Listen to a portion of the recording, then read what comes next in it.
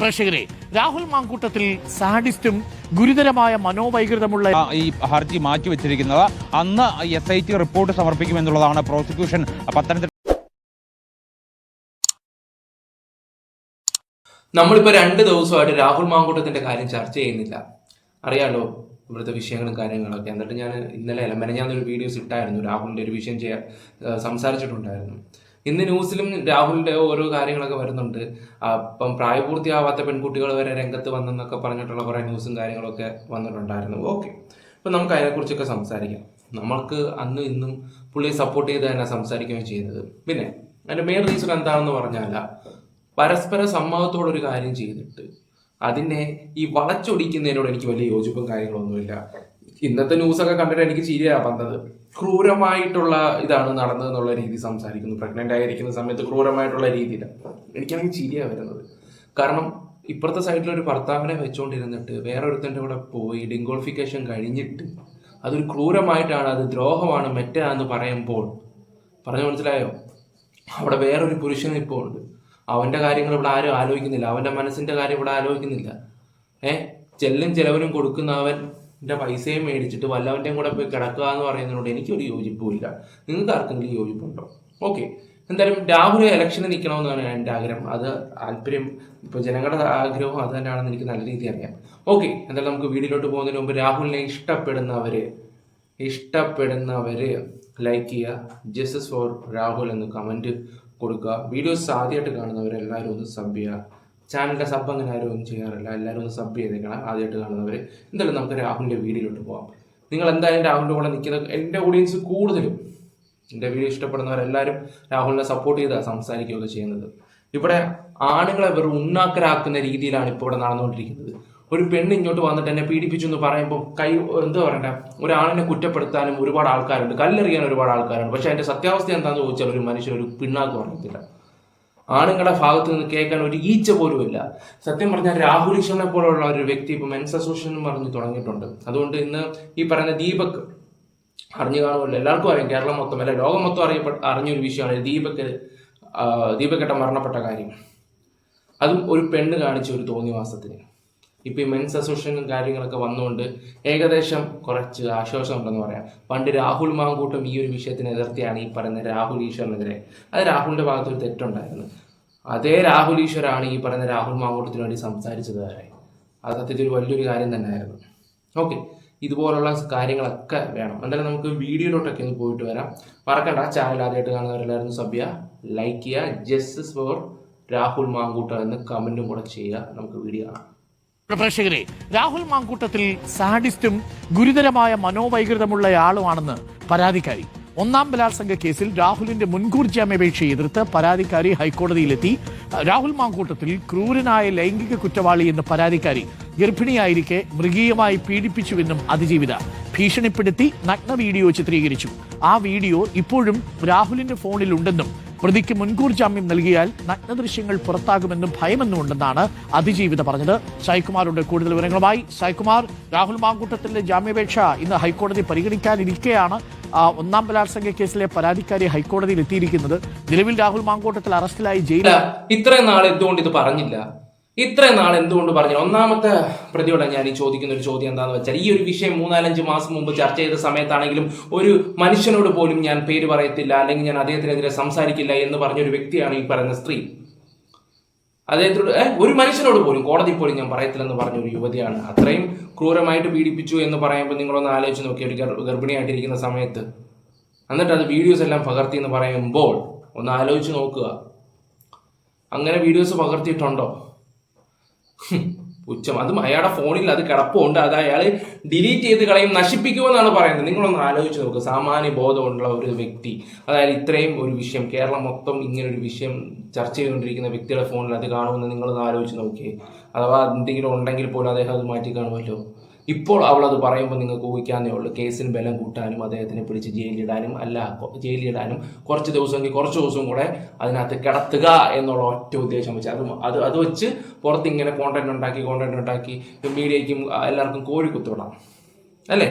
ഓരോ ശബരിമല വിഷയങ്ങൾ വരുമ്പോൾ രാഹുലിനെതിരെ മറ്റേ വീഡിയോ പുറത്തു വന്ന് പെണ്ണ് അത് പുറത്ത് വിട്ടു, അത് വെച്ച് പോലീസ് പരിശോധിച്ച് നോക്കുന്നു ഒക്കെ പറയുകയൊക്കെ ചെയ്യുന്നുണ്ട്. ഇതെന്തു പറയും? അപ്പം ഞാൻ ആലോചിക്കുന്നതെന്ന് വെച്ചാൽ അന്ന് ക്രൂരമായി പീഡിപ്പിച്ചു. എന്നിട്ട് രാഹുൽ നോട്ട് ചെയ്യേണ്ട കാര്യം എന്ന് വെച്ചാൽ നമ്മൾ ക്രൂരമായിട്ട് ഒരാൾ ഒരു കാര്യം ചെയ്തുകൊണ്ടിരിക്കുന്ന സമയത്ത് ഫോൺ എടുത്ത് വെച്ചിട്ട് ഇങ്ങനെ കാണിക്കൂ. എനിക്കറിയാൻ പറ്റുകൊണ്ട് നോക്കിയാൽ ഞാൻ ഈ ആക്ഷനൊക്കെ കാണിച്ചു കഴിഞ്ഞാൽ എനിക്കെതിരെ കേസ് എടുക്കും വേണമെങ്കിൽ. അല്ല, അങ്ങനെയാണ് സത്യം പറഞ്ഞാൽ. ഇതെന്തിനാ ഇങ്ങനെ വളച്ചൊടിക്കുന്നതെന്ന് എനിക്കൊരു പിടുത്തവും കിട്ടുന്നില്ല. സീരിയസ്ലി ഞാൻ പറയാമെന്ന് വെച്ചാൽ ജനങ്ങളെ വെറും മണ്ടരാക്കുന്ന കുറേ ആൾക്കാരുണ്ട്. ജനങ്ങളെ മണ്ടരാക്കുന്ന പണ്ടുള്ള കാലത്ത് ഞാൻ എൻ്റെ വീഡിയോയിൽ എപ്പോഴും പറയുന്നൊരു കാര്യമാണ്, ഒരു റേഡിയോയ്ക്കകത്ത് ഇതുപോലെയുള്ള ന്യൂസും കാര്യങ്ങളൊക്കെ വരുമ്പോൾ കുറേ ഉപ്പപ്പന്മാരെന്ന് കേട്ടിട്ട് പ്രമാണിച്ചമയാൻ വേണ്ടി കസാരയും കാലുമേ പണ്ടത്തെ ഉള്ള പറമ്പിലല്ലോ എവിടെയെങ്കിലും നമ്മുടെ ആൽമരത്തിൻ്റെ ചോട്ടി ഇങ്ങനെ കാലും വെച്ചിട്ടിരുന്നിട്ട് ഇതായിരുന്നു സംഭവം അതായിരുന്നു സംഭവം. പാവപ്പെട്ട ജനങ്ങൾക്ക് ഇതൊന്നും അറിയാതിരുന്ന് കേൾക്കുമ്പോൾ അവർക്ക് ആ വാശി വെച്ചാൽ അടുത്ത വട്ടമേ ചെയ്യിപ്പിക്കേണ്ട. അങ്ങനെയൊക്കെയായിരുന്നു ഈ പാർട്ടിയൊക്കെ ഭരണം ഉണ്ടാക്കിക്കൊണ്ടിരുന്നതൊക്കെ ചെയ്തത്. ഇപ്പം കണ്ടില്ലേ ഇവറ്റയുടെയൊക്കെ തോന്നിവാസവും രീതികളൊക്കെ. ഇപ്പം ഈ നമ്മളെപ്പോലുള്ള റിയാക്ഷൻസ് വീഡിയോസൊക്കെ ചെയ്യുന്നവർ വന്നുകൊണ്ട് കുറേയൊക്കെ കള്ളങ്ങളും പൊക്കിയെടുത്ത് കറക്റ്റ് സത്യങ്ങൾ ഇവിടെ നിരത്തി കാണിക്കുന്നതുകൊണ്ടാണ്. അല്ലെങ്കിൽ എന്ത് ചെയ്തേനെ? നിങ്ങളതിനെ ആലോചിച്ച് നോക്കുക. ആൾക്കാരെ തെറ്റിദ്ധരിപ്പിച്ചുകൊണ്ടിരിക്കുകയാണ്. ഇപ്പോൾ ശബരിമല വിഷയം അവിടെ പോയി മുങ്ങിപ്പോയില്ലേ? ാണ് അത് മൂന്നാം ബലാത്സംഗ പരാതിയിലാണ്. ഒന്നാം ബലാത്സംഗ പരാതിയിലെ അതിജീവിത പരാതിയുമായി എത്തുമ്പോൾ അതിൽ പറയുന്ന കാര്യങ്ങൾ, സത്യവാങ്മൂലത്തിലെ കാര്യങ്ങൾ കോടതി തീർച്ചയായിട്ടും ഗൗരവത്തിലെടുക്കും. അതിൽ പ്രായപൂർത്തിയാകാത്ത ഒരു അതിജീവിത കൂടിയുണ്ട് എന്നുള്ള വിവരം അന്വേഷണ സംഘത്തിന് അറിയാമെന്ന് വരെ ഈ അതിജീവിത പറയുന്നുവെന്നാണ് ഞാൻ മനസ്സിലാക്കുന്നത്. ഗുരുതരമായ കാര്യങ്ങളാണോ സത്യവാങ്മൂലത്തിലുള്ളത്? തീർച്ചയായും ഡോക്ടർ അരുൺകുമാർ, വളരെ ഗുരുതരമായിട്ടുള്ള കാര്യങ്ങളാണ് അതിജീവിത ഒരു സത്യവാങ്മൂലത്തിൽ. അങ്ങനെ ഒരു പെൺകുട്ടി, പ്രായപൂർത്തിയാവാത്തൊരു പെൺകുട്ടി ഉണ്ടെങ്കിൽ രംഗത്ത് പറഞ്ഞു രാഹുൽ തെറ്റ് ചെയ്തിട്ടുണ്ടെങ്കിൽ നമ്മളത് ഉറപ്പായിട്ടും സംസാരിക്കുന്ന ഒരു കാര്യങ്ങൾ തന്നെയാണ്. ഇത് ഇങ്ങനെ ചുമ്മാ ഈ ഇലക്ഷന് വേണ്ടി ഇങ്ങനെ ഓരോ തോന്നിവാസങ്ങൾ കാട്ടിക്കൂട്ടുമ്പോഴേ നിങ്ങൾ ആലോചിച്ച് നോക്കണം. ഈ രാഹുലിന് അമ്മയുണ്ട്, അവരൊരു സ്ത്രീയാണ്, ഒരു പെങ്ങളുണ്ട്, അവർക്കൊരു സ്ത്രീയാണ്, അവർ സമൂഹത്തിന് മുമ്പ് ഇറങ്ങി നടക്കേണ്ടതാ. നിങ്ങളത് ആലോചിക്കുന്നുണ്ടോ? ഇല്ല. ഇവിടെ ഒരു സൈഡ് മാത്രം. മൂന്നാമത്തെ യുവതി വന്നിട്ട് പറഞ്ഞൊരു കാര്യം എന്താണെന്ന് വെച്ചാൽ എന്നെ ക്രൂരമായിട്ട് പീഡിപ്പിച്ചു എന്ന് പറയുന്നത് ഒരു ഭർത്താവുള്ള ഒരുത്തിയാണ്. അവൾ കഴിഞ്ഞ 4 മാസം മുമ്പ് അവനുമായിട്ട് കോൺടാക്ട് ചെയ്യാൻ ശ്രമിച്ചു, നേരിട്ടൊന്ന് കണ്ട് സംസാരിക്കാൻ വേണ്ടിയാണെന്നുള്ള രീതിയിലാണ്. രണ്ടാമത്തെ അവള് പീഡിപ്പിച്ചെന്ന് പറഞ്ഞപ്പോൾ അവളെ ഭർത്താവ് രംഗത്ത് വന്ന് കുറെ എന്റെ ജീവിതം നശിപ്പിച്ചു എന്നൊക്കെ പറഞ്ഞ് സംസാരിക്കുകയും ചെയ്തു. അവസാനം അവന്റെ പാർട്ടിക്കാർ BJP അവനെ അടിച്ച് പുറത്താക്കുകയും ചെയ്തു. അപ്പോൾ ബി ജെ പിക്ക് വേണ്ടി ഇലക്ഷൻ നിർത്താൻ വേണ്ടി ഈ പറയുന്ന രാഹുലിനെ ഒരു നോട്ടം ഉണ്ടായിരുന്നു. അപ്പം ഇവൻ ഈ പറയുന്ന രാഹുലിനെതിരെ സംസാരിച്ചപ്പോൾ അത് വെച്ചാണ് പുറത്താക്കിയെന്നും പറയുന്നുണ്ട്. ഓരോ കഥകളാണ് വരുന്നത്. രണ്ടാമത്തെ പെണ്ണിന്റെ ഭർത്താവിന്റെ കാര്യം ഞാൻ പറഞ്ഞു. ഈ ഇടയ്ക്ക് ഒരുത്തം വലിയ ഡയലോഗൊക്കെ അടിച്ചില്ലായിരുന്നു. ഓക്കെ, അവന്റെ ഭാഗത്ത് നിന്ന് ചിന്തിച്ച് നോക്കുവാണെങ്കിൽ ലവള് ചെയ്തത് തെറ്റാണ്. ആണുങ്ങൾ മുണ്ടുപൊക്കിക്കൊണ്ട് നിൽക്കുമ്പോൾ അതിന് കുട പിടിക്കാൻ നിന്ന ജീവിതം പോത്തേ ഉള്ളൂ എൻ്റെ പൊന്നു മക്കളെ. എല്ലാ അവൾമാരും ഓരോ തോന്നിവാസം കാണിച്ചിട്ട് അവസാനം പീഡിപ്പിച്ചു. എത്ര രൂപ കിട്ടിയെന്ന് ഞാൻ അങ്ങോട്ട് ചോദിച്ചു, നിങ്ങളൊക്കെ എന്ത് പറയും? കുറെ നാറുകൾ ഇറങ്ങിയിട്ടുണ്ട്. വളരെ ഗുരുതരമായിട്ടുള്ള എന്ന് കോടതിയെ ബോധ്യപ്പെടുത്താൻ ശ്രമിക്കുന്നത്. അതായത് സ്ഥിരം കുറ്റവാളിയാണ് രാഹുൽ മാങ്കൂട്ടത്തിൽ. അങ്ങനെയുള്ള ഒരു പ്രതിക്ക് ജാമ്യം നൽകിയാൽ അത് തെറ്റായ സന്ദേശം നൽകും എന്നാണ് അവർ പറയുന്നത്. അതിനുശേഷം എന്തൊക്കെ കാര്യങ്ങൾ അവരുടെ കയ്യിൽ തെളിവുകളായി ഉണ്ട്, അല്ലെങ്കിൽ രാഹുലിന് എന്തുകൊണ്ട് ജാമ്യം നൽകരുത് എന്ന് അക്കമിട്ട് തന്നെ അവർ ആവശ്യപ്പെടുന്നുണ്ട്. സ്ഥിരം ലൈംഗിക കുറ്റവാളി ആയ രാഹുൽ മാങ്കൂട്ടത്തിന് ജാമ്യം നൽകിയാൽ അത് തെറ്റായ സന്ദേശം നൽകും.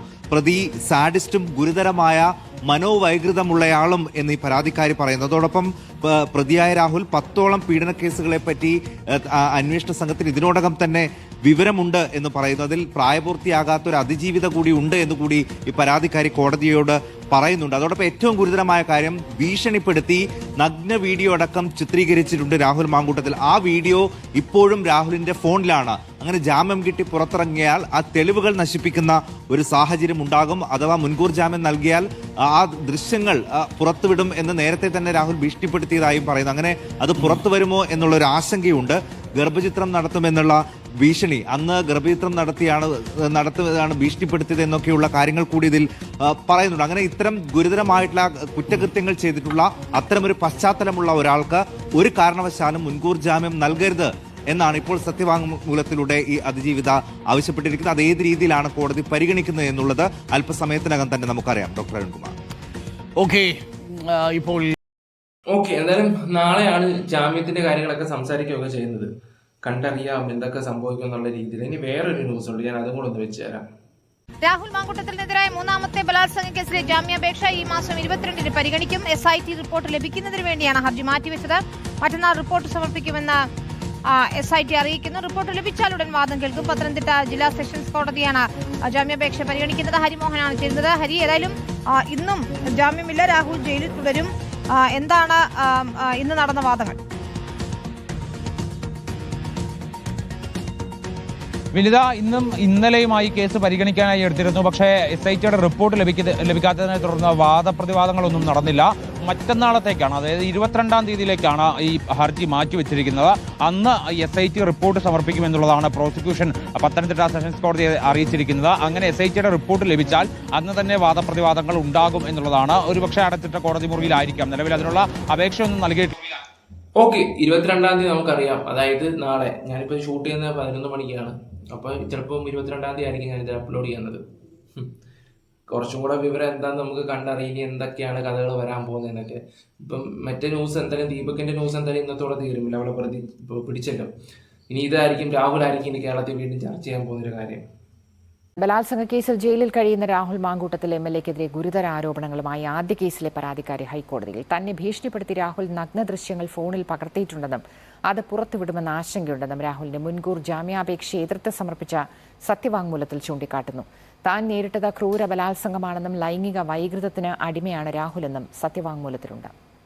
2025 മാർച്ച് മുതലുള്ള സംഭവങ്ങൾ വിവരിച്ചുകൊണ്ടാണ് രാഹുൽ മാങ്കൂട്ടം MLAക്കെതിരെ ആദ്യ കേസിലെ പരാതിക്കാരിയുടെ സത്യവാങ്മൂലം. മാർച്ച് 4-ന് രാഹുലിന്റെ ഫ്ളാറ്റിലെത്തിയ സമയം തന്നെ ക്രൂര ബലാത്സംഗത്തിനിരയാക്കി. ഒരു ദിവസം മുഴുവൻ തന്നെ ശാരീരികമായി ഉപദ്രവിച്ചു. തുടർന്ന് തന്റെ അപ്പാർട്ട്മെന്റിലെത്തിയും രാഹുൽ ബലാത്സംഗം ചെയ്തു.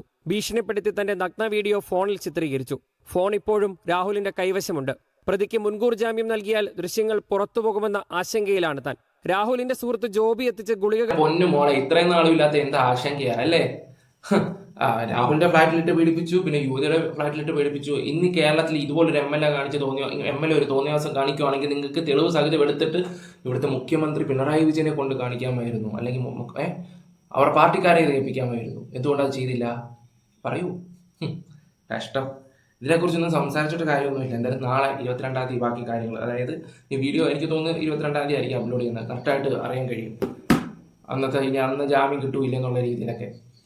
എവിടെ വന്ന കഥയോ 1, 2, 3 വരെ യുവതിയായി 4-ാമത്തെ വെയിറ്റിംഗിലാണ്.